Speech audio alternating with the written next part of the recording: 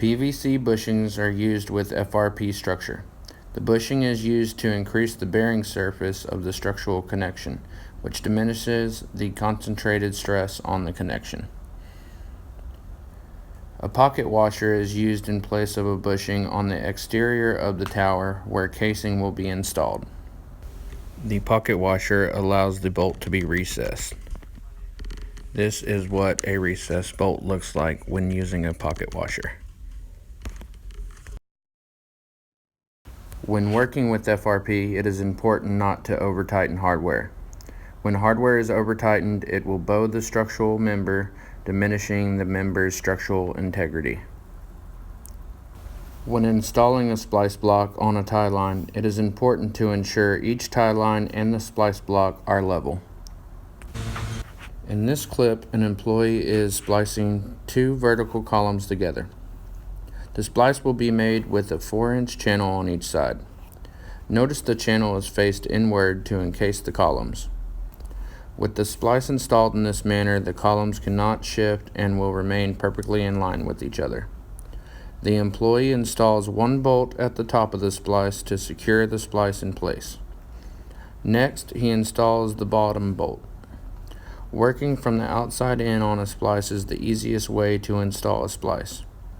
After all 4 splice bolts are installed, the employee will tighten all the splice hardware.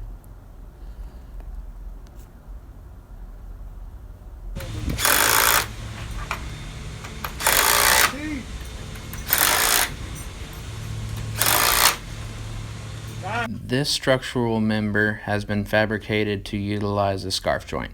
As you can see, when using a scarf joint, you will remove the ears of the C-channel so that the splice can be made at the column rather than using a splice block in the center of the bay.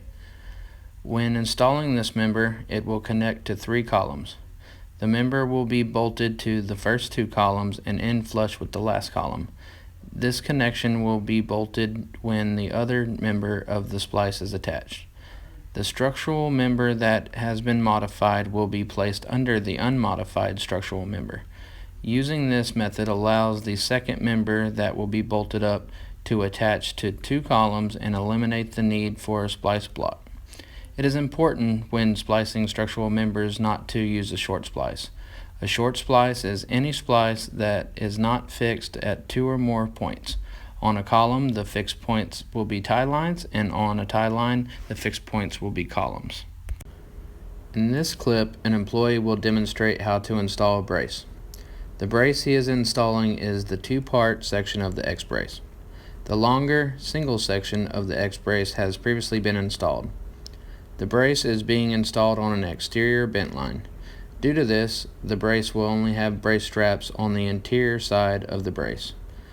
The brace has been prepared by installing PVC bushings in the bolt holes before beginning the installation of the brace. The first step is to install the upper brace strap to the column. Then install the top bolt in the brace that will connect the brace to the upper brace strap.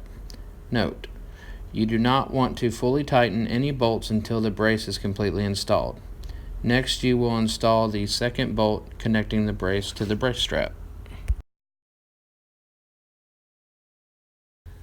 Now the employee installs PVC bushings and the center brace strap.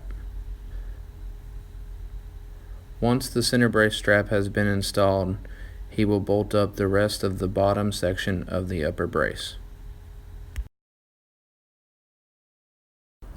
Notice how the employee uses a drip pin to line up the holes in the brace with the holes in the brace strap. This allows the top bolt to slide in with ease and holds the brace in place. Next, he will complete bolting up the top section.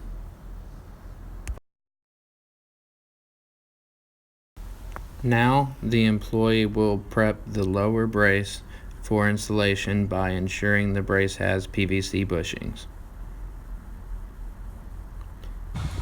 The employee will install the top bolt of the lower brace. Once the top bolt is installed, he will follow by installing the bottom bolt. Once the employee has all bolts in place, he will use an impact to tighten up the bolts. Remember, it is important not to over-tighten. At the tie line splice block, a spacer has been installed due to the brace strap extending the tie line out away from the column. The spacer ensures that no additional stress is placed on the structural members or their connections.